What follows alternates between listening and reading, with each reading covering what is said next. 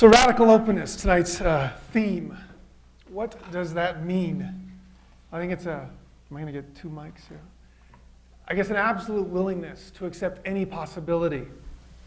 Now, to achieve a state of radical openness, you need to leave behind your preconceptions. These are the baggage we carry with us. Our preconceptions are those ideas, those thoughts that hinder us from experiencing reality as it is. In order to transcend those preconceptions, we need to focus our minds in order to liberate ourselves from that baggage, using transcendence as a tool. So I want to talk to you about the power of the transcendent experience. So let's start with your problems, okay? Let's start with your personal problems. What are they? The things that keep you up at night, the things that make you think you get acne or gives me reflux, right? Well, what I profess, if it isn't a chronic physical condition, if it's something that's not affecting your body directly with immediate results, it's all in your head. They're just ideas. They're constructs that we carry around with us. They're value systems that we learn. They're things that we believe in, but there's no physical reality to them, yet they cause us grief, right? What are some of them that you guys are going through in this world? In the academic sense, what is it? It's, does she like me? Does he like me, right? Do these shoes make my butt look big? What's my major? Am I going to get a job when I graduate? Wow, that's stuff that really gets you. Those are the big questions, especially those in this context. You're thinking, man, what am I going to do? Is this my major, or am I in the right major? Or, oh my God, this economy, what's my life path? How do you answer those questions? How do you cut through in order to understand what that is for you? You need to find your heart path. This is the key, is finding your heart path. You're not going to figure it out with your head. You're going to figure it out with your heart. And through that, you will find the answers you need to those big questions you're looking for. So, we fill our lives with activities. Activities that make us forget these things. And these are easy. You know, any runners in here? Bikers? Like golfers. I love golf. I want to golf. Golf's a great one. I'm not a golfer, but man, golf, when you think about the essence of golf, it's beautiful. Here you've got this guy, sort of the archetype of the big dumb white guy, sorry. You know, he's out on the links, and he's got 4 hours to go do this. Who's got 4 hours to go play? I don't understand that. That's the most amazing thing in the world. But think about the golfer when they're out there. They're totally focused on this little white ball, right? They're chasing this thing around. And he's got his new glove, and he's got the Billy Baroo, right?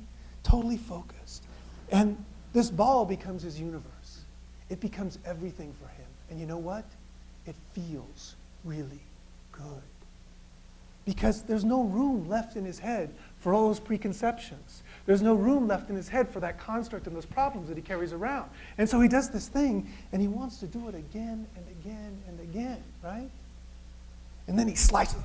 But for an instant, he was in bliss. For an instant, he was in perfect peace. It was beautiful. So think of you runners and you bikers. When you're in the zone, miles go by. What about knitters? Anyone knit in here? Think about that. When you get moving and suddenly it's like, oh, I did a whole sleeve. I mean, you were. It's that thing that takes you away, that helps you transcend that feeling. Now, unfortunately, as a society, we have a tendency to use sex, drugs, and television in order to get that same state, right? Think about how you watch TV. Tune in, turn on, space out. You are just totally not present. Your mind is completely open, and the machine is feeding you its value system when you are at your weakest moment. It is not with irony that we call television programming, right? Think about that. So anyway, back to the big question. What's your life path? And how do you find this thing? Well, in the context of academia and what you're doing right now, the key is to find those subjects where you lose yourself as you would have doing those other activities. My degree was in economics. It was a complete waste of time. I hated it. Hated econ. I wasn't actually reading the text. I was counting the pages until I was going to be done. It was insane that I was following this path because I thought that's what I was supposed to be doing in order to get a good job and make a lot of money when I left college. That was my motivation. But on the other side, I was busy studying philosophy, art history, fine art, religion, things that I absolutely loved getting into and understanding connections. Now, ironically or coincidentally or whatever, that's what I get to do now. I spend my time creating, writing, designing, creating communication and connection. Ultimately, I got to follow my heart path. So what's your path? And how do you find it? What are those subjects where you disappear? This is the thing that you should be pursuing. You shall figure out that question of your path. You will figure it out by following that desire as opposed to what you think you're doing. Follow that feeling, where your heart takes you. Because then you're guaranteed success. Guaranteed. Because this is how it works. Okay, so you find that passion, right? That thing you're into, and you start doing it because you love doing it. You start, and it might be econ, it might be math, it might be literature, it might be anything like that. But you're finding this thing, and you start doing it, and guess what? You get better and better at doing it because you just love doing it. And eventually you become an expert, and eventually the machine, our economy, will recognize that in you, and it will pay you to do it. Because you're creating expertise out of desire as opposed to some idea of making money. Now, why would the machine care? Why does the machine care to give you this job or let you do this thing? What is the motivation of the machine of the economy? Well, the machine values transcendent experience. You're like, what? That sounds kind of hippie, right? Okay, I want you to think about a good book you've read. I want you to think about a good movie you've seen. I want you to think about a good meal you had.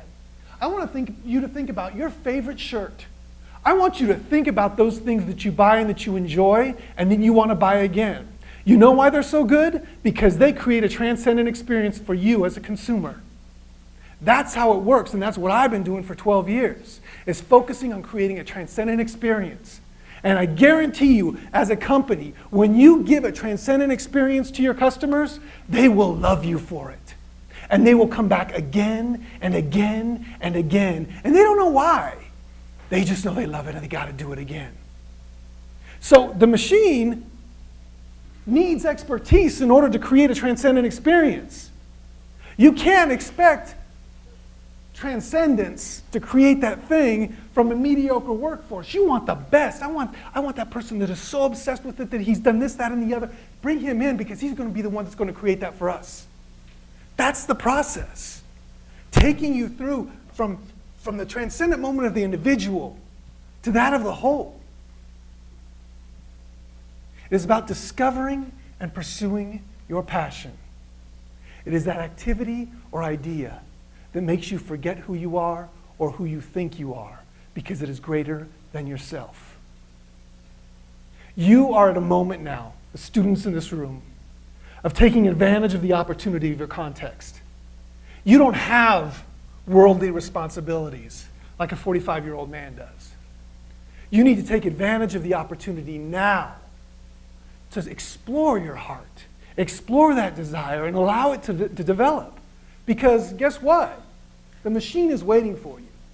And if you're not standing on a solid foundation of what you understand of self, it's going to eat you up.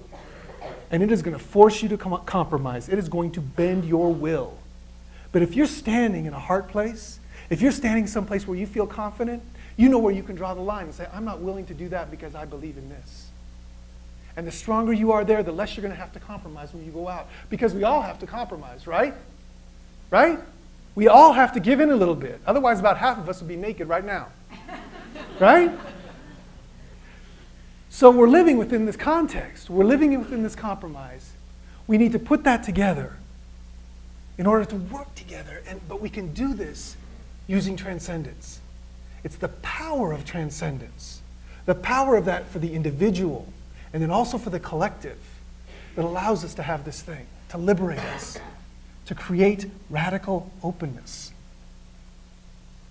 Thank you.